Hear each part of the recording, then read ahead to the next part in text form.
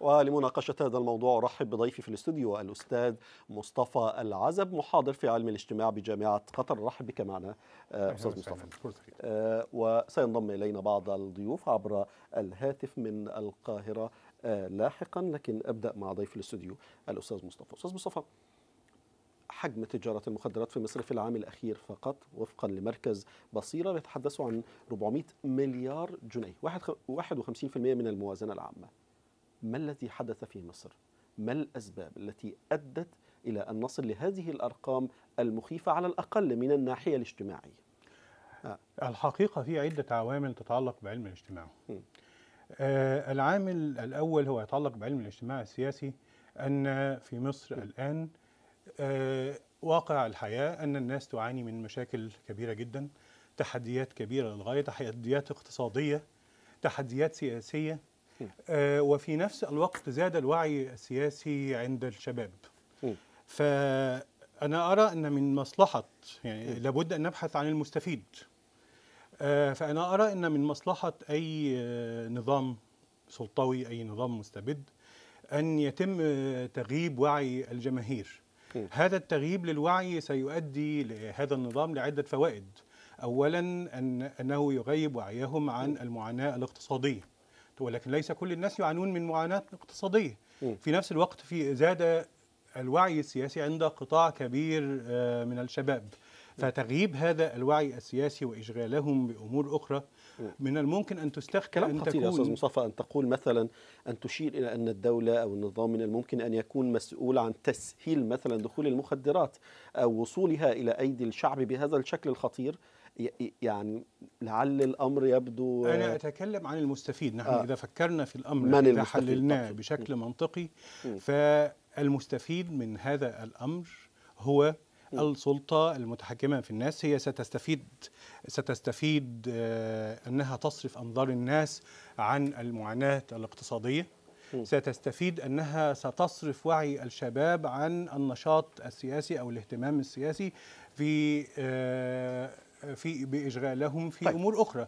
وطبعا المخدرات ليست هي الوسيلة الوحيدة التي تستخدم في هذا التزييف والتغييب للوعي، ولكن في عوامل أخرى من الممكن من خلال الإعلام وغير ذلك. طيب، أنا سأعود إليك أكثر تفصيلا، وخصوصا في النقاط المتعلقة بالجزء الاجتماعي، لكن دعني أرحب بضيوفي. ينضم إلينا عبر سكايب من القاهرة الكاتب الصحفي محمد منير. أرحب بك معنا أستاذ محمد، وكذلك الكاتب الصحفي هشام مبارك عبر الهاتف من القاهرة، وأخيرا وليس أخيرا سيادة اللواء رفيق حبيب مساعد وزير الداخلية الأسبق.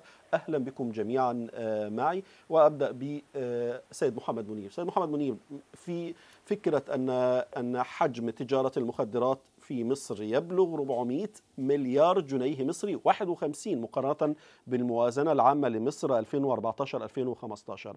هل تحيل هذا الأمر للفكرة التي تحدث عنها ضيفي في الاستوديو، هي فكرة أن النظام مستفيد فهو الذي يسهل عملية دخول المخدرات ووصولها إلى أيدي شعب، أم أن الأمر أكبر من ذلك بكثير وله أسباب أخرى؟ الأول مساء الخير. الرقم اللي أنت قلته لي ده يعني خلى أنا دماغي تلف شخصيا من غير ما أشرب مخدرات ولا حاجة. وأنا يعني بصرف النظر عن حجم هذا الرقم أو دقته، لكن أنا أستطيع أن أؤمن على ازدياد تجارة المخدرات في مصر من خلال المشاهدات الواقعية. يعني أنا كمان مش محتاج رقم، أنا ببقى أشوف في الشارع بشكل يومي. لكن الحقيقة أمر بس أنا عاوز عشان المقارنة بين ازدهار تجارة المخدرات وانخفاض التجارة الأخرى.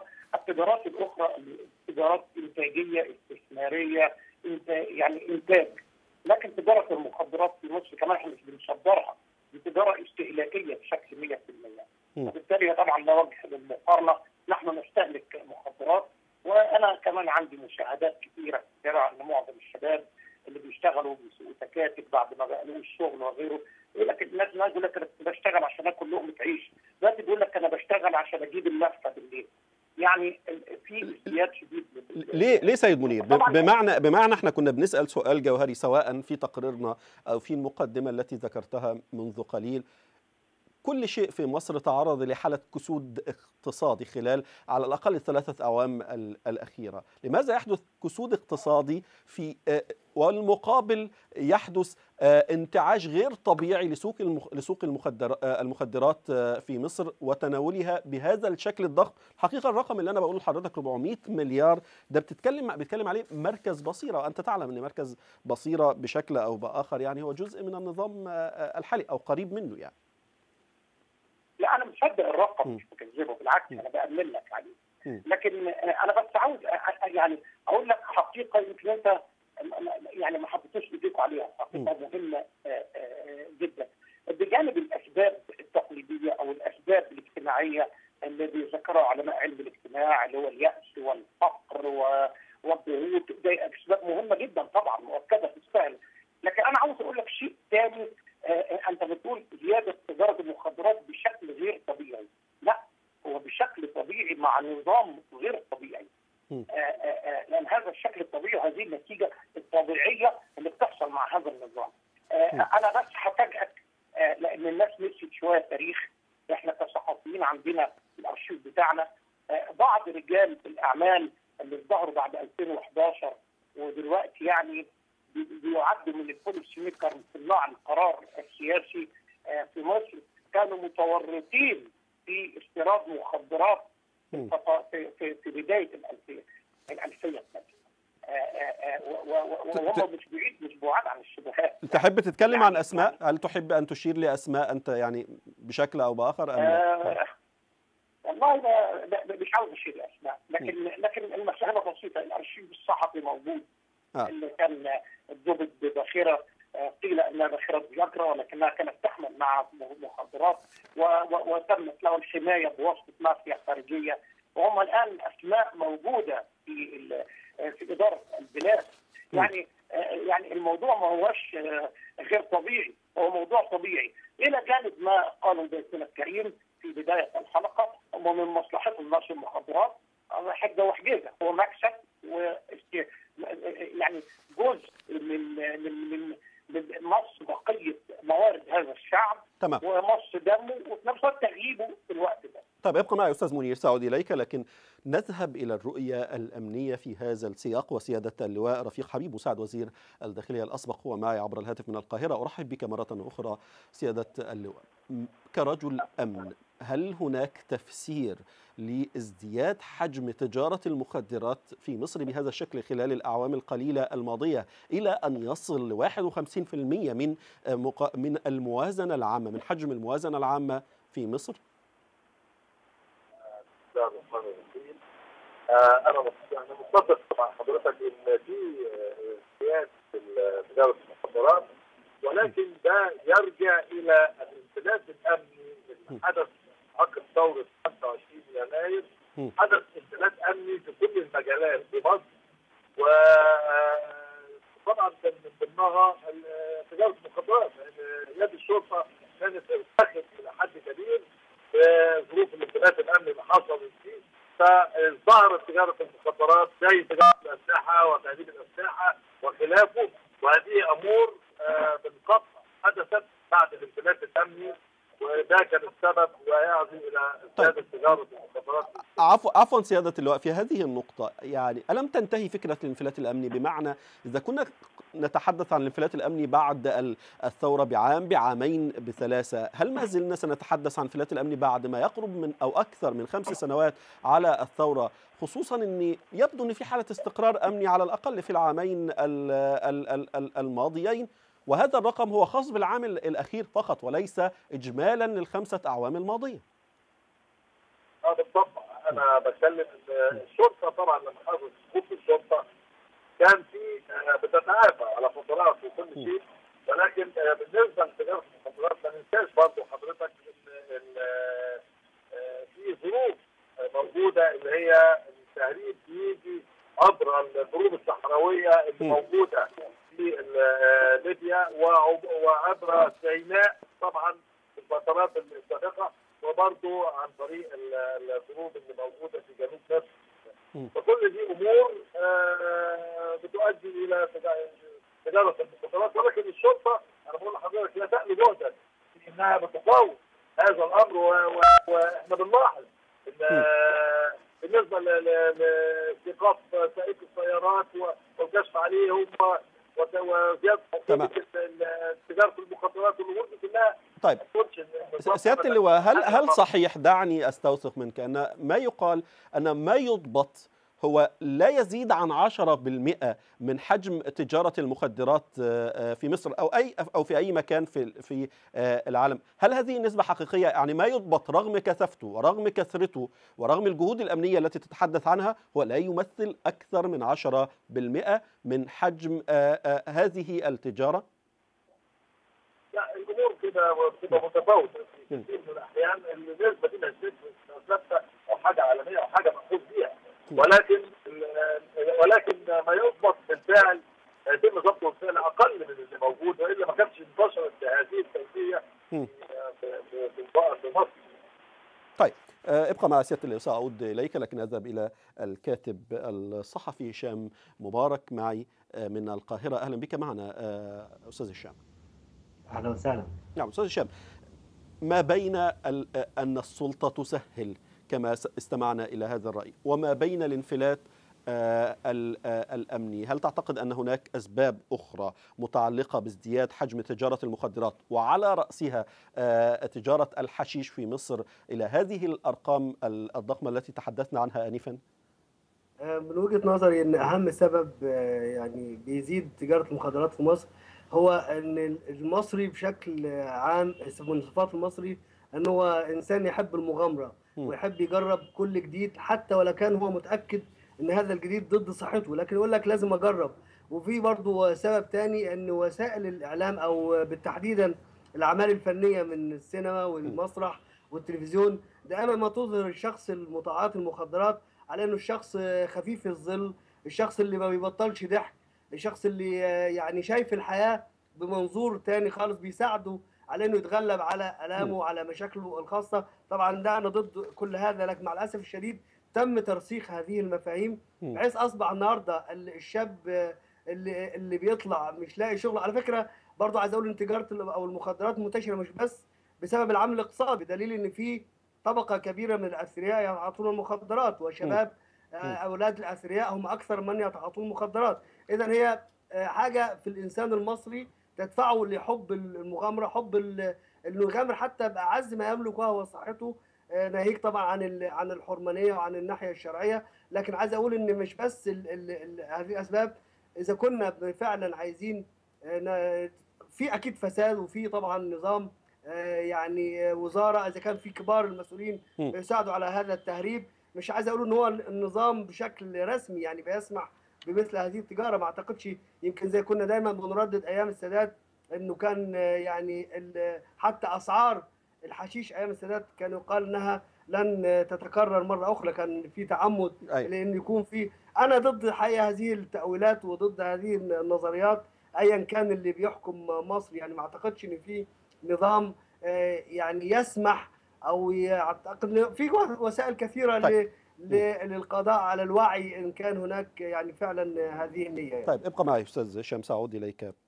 استاذ مصطفى، فكره هل هناك حقب تاريخيه في تاريخ مصر ارتفعت فيها تجارة المخدرات وتناول المخدرات غير العام الماضي حسبما قالت قالب بصيرة؟ يعني البعض يتحدث أن بعد نكسة 67 في مصر وهزيمة 67 حدث ازدياد في تعاطي المخدرات وإقبال عدد كبير من الناس على تعاطي المخدرات. بعض تحدث أيضا على أن الانفتاح الاقتصادي في عهد السادات كان جزء منه أيضا انتشار تجارة المخدرات. العوامل الاجتماعية والسياسية لا نستطيع أن نفصلها عن بعضها. فطبعا عندما تزداد الضغوط عند الناس فهم بعضهم يلجأ إلى المخدرات. عندما تزداد أيضا الرفاهية في نفس الوقت مع عدم الوعي فربما يلجأ بعض الشباب إلى المخدرات يعني أيضا. الضغوط الاقتصادية والفقر ممكن ملجئ للمخدرات، وكذلك الرفاهية طبعا بالتأكيد، ولكن هذه هي عوامل مساعدة. ولكن ما هي الأسباب الاجتماعية التي تؤدي إلى المخدرات؟ في حاضنة شعبية للمخدرات. يعني عندنا في علم الاجتماع في مصطلح هو التنشئة الاجتماعية.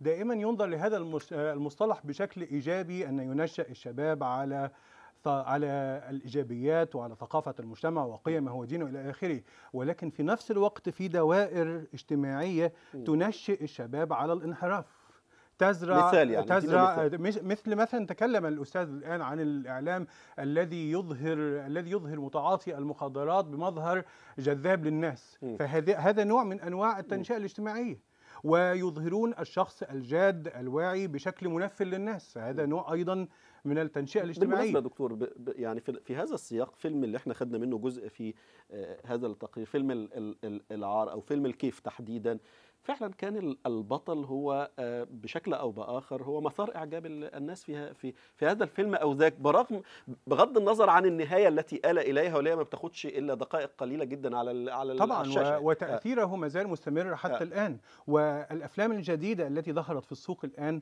هي أشد كثيرا تأثيرا من فيلم العار والكيف القديمة في تأثيرها على محيط الشباب، وتظهرهم بأنهم شخصيات بمظهر البطولة.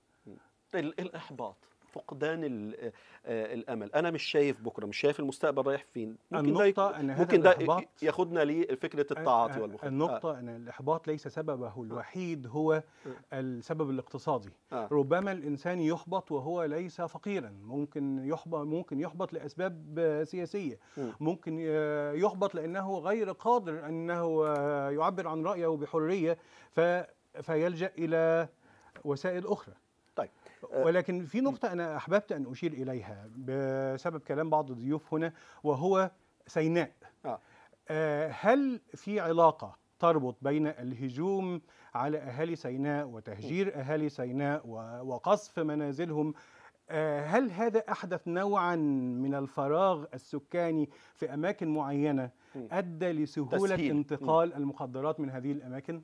أنا عايز أفاجئك، لعل حضرتك تكون أكثر مني دراية، إن بعض الأرقام المحافظات في التعاطي تأتي سيناء في ذيل المقدمة، يعني تأتي القاهرة بنسبة 33% فكرة التعاطي، وراها سوهاج بنسبة 26%، أسوان بنسبة 20%، مرسى مطروح ومطروح بنسبة 19%، البحر الأحمر 18%، المنيا 17%، السويس 13%، اسكندرية 13%، قنا. واضح أن كثير من محافظات الصعيد نسبة التعاطي فيها وفقا لهذه الدراسة عالية. جنوب سيناء بنتكلم عن 12%، آخرهم كانت المنوفية 6%، المدن الساحلية نسبة عالية 15%.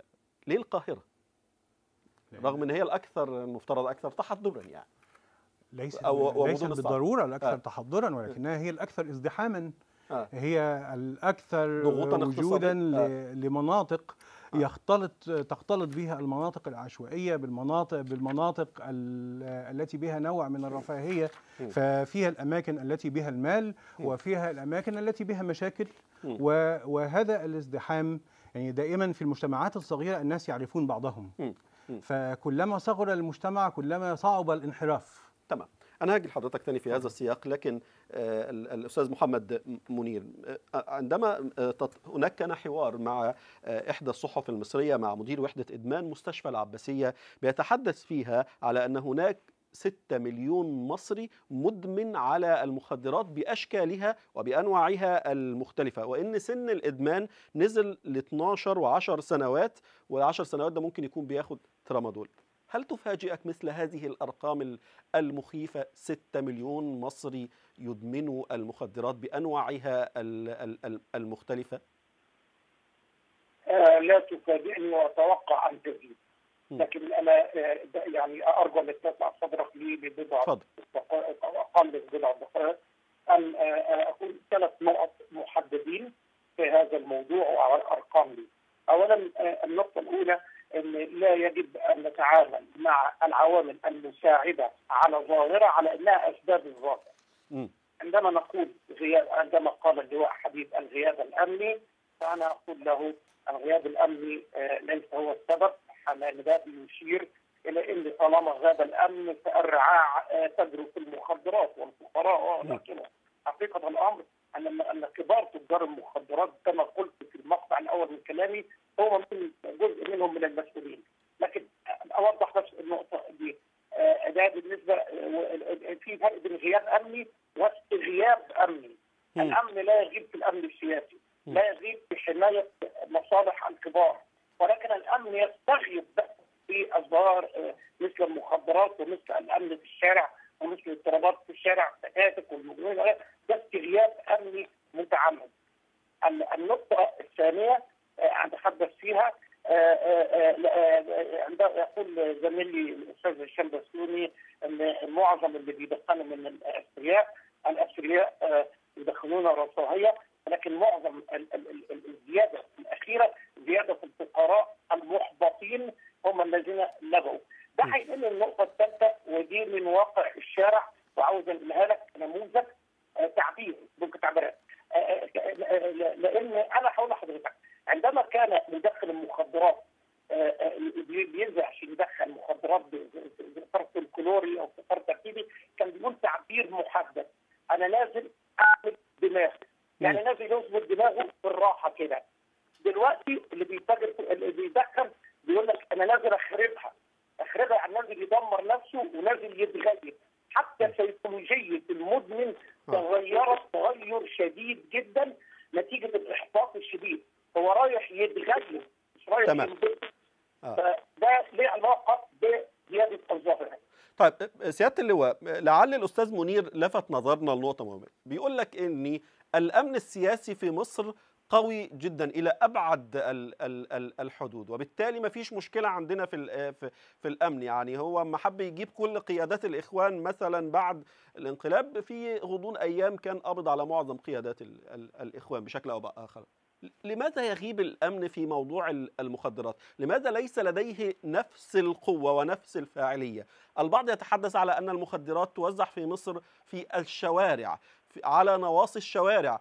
المخدرات يتم تعاطيها في الافراح العامه، يعني عيانا بيانا، وانت ادرى مني بهذا. فلماذا يغيب الامن هنا ويقوى هناك؟ هو الثقافه للاسف المنتشره دي ثقافه ان المخدرات ده بين الشعب، يعني ان ممكن انها تقوي الرغبه، انها ممكن تخليه يقظ بالسياده في خلافه. الحقيقه تجار المخدرات كانوا بيتفننوا او انهم يوصلوا مفهوم معين او ثقافه معينه للشعب ان هو يدمن على المخدرات، كان يخليه يدمن على المخدرات. ولكن انا بتكلم على الامن لا يألو جهدا ابدا. لا يعني انا بسال، انا لا اتحدث عن الامن لا يألو او لا يألو، انا بتكلم هو ليه الامن قوي سياسيا والتصدي لكل معارض النظام باقصى قوه، وليه ضعيف فيما يخص او يبدو هكذا كما قال الاستاذ منير ضعيف في مواجهه تجاره المخدرات والتي وصلت الى هذا الحد يعني المفزع؟ هو مش ضعيف ولا حاجه، ولكن هو انا بقول لحضرتك الامن بيتعافى شيئا فشيئا، وتجاره المخدرات انا برضه من وجهه نظري عايزه تقنين اشد بالنسبه لمجلس الشعب. لابد ان يكون هناك قانون رادع، وان يفعل القانون بالنسبه للاعدام لكل من يتاجر في المخدرات. يعني احنا المشكله عندنا ممكن تكون مشكله قوانين تجاره المخدرات وصلت عقوبتها في مصر يا سياده اللواء الى الاعدام. التعاطي وصل ل10 سنوات واكثر. المهم تفعيل القانون. احنا القانون موجود وعقوبه الاعدام، ولكن كم واحد اعدم بالنسبه للمخدرات؟ قله. وانا بتكلم من وجهه نظري لابد ان تكون هناك عقوبه رادعه بالنسبه لتجاره المخدرات لكل من يتاجر فيها او يشارك في ذلك. خليني اسال نفس السؤال للاستاذ هشام مبارك. استاذ هشام، هل تستشعر كما استشعر السيد منير ان هناك حاله استغياب مقصوده من قبل الامن، او عدم يعني نفس القوى التي يواجه بها الامن السياسي ضعيفه او متراجعه فيما يخص الامن الخاص بمكافحه المخدرات ام لا؟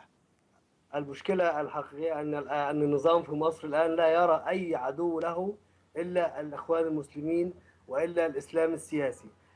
ألخص كل أزماته وكل مشاكله اقتصادية وسياسية واجتماعية ونفسية، حتى المشاكل الرياضية والسياحية طبعا، يعني استسهل إلى أهل الإخوان، وكأنه وضع كل أعدائه في بوتقة واحدة، وساب تجارة المخدرات وساب المشاكل الاقتصادية وساب كل المشاكل الأخرى، وتفرغ فقط لعدو وهمي هو أساسا في قبضته. زي ما أنت قلت يا أبو حميد إن يعني فعلا معظم قيادات الاخوان، ان لم يكن كل الاخوان في السجون، يا اما في السجون يا اما خارج مصر.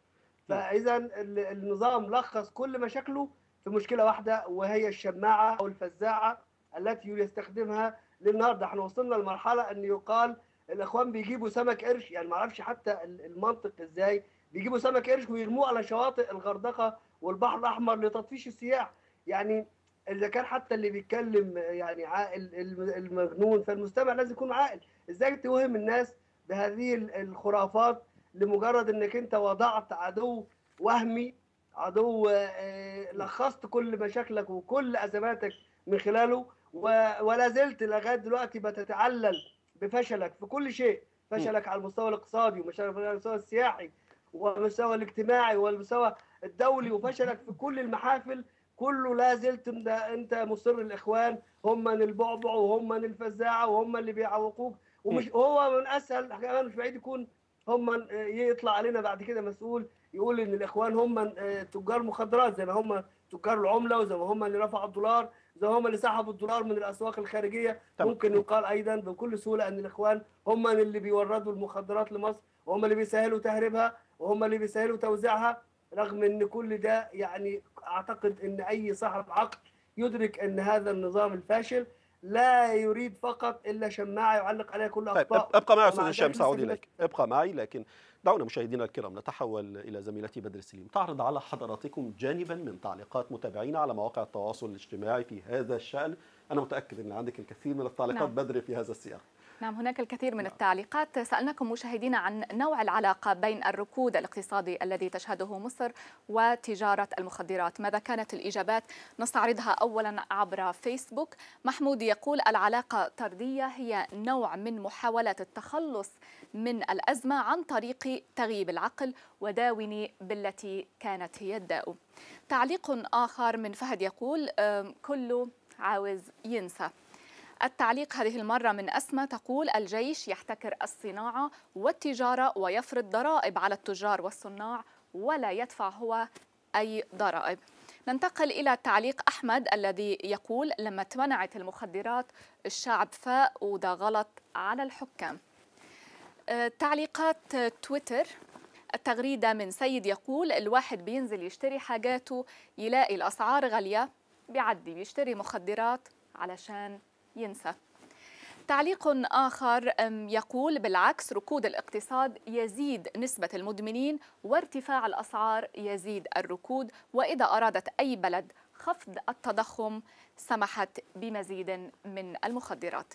تغريدة أخرى تقول حالة ركود كبيرة في كل حاجة، حتى وصل الأمر أن تجار الحشيش بيتداولوا خبر أن الجيش هو اللي حيشرف على دخول الحشيش للبلد، وده بيتحول من نكتة لواقع. التغريدة الأخيرة الواحد بينزل يشتري حاجاته يلاقي الأسعار غالية. أخذنا هذا التعليق عن محاولة نسيان الأزمات. تشكركم جزيلا على التفاعل. نعود إليك أحمد. شكرا جزيلا لك بدر، ومنك أذهب لضيفي أستاذ مصطفى. العقوبة في الإتجار في المخدرات في مصر بتصل إلى الإعدام، التعاطي يصل إلى 10 سنوات وأكثر من ذلك. لماذا هذه العقوبات لم تكن رادعا لفكرة انحصار تجارة المخدرات وتعاطيها في مصر من وجهة نظرك؟ ليست العبرة بالعقوبة، ولكن العبرة بمدى تنفيذ العقوبة. فهل هذه العقوبة تنفذ فعلا؟ هل هي تفعل فعلا؟ وعلى من تنفذ؟ على صغار التجار أم كبار التجار؟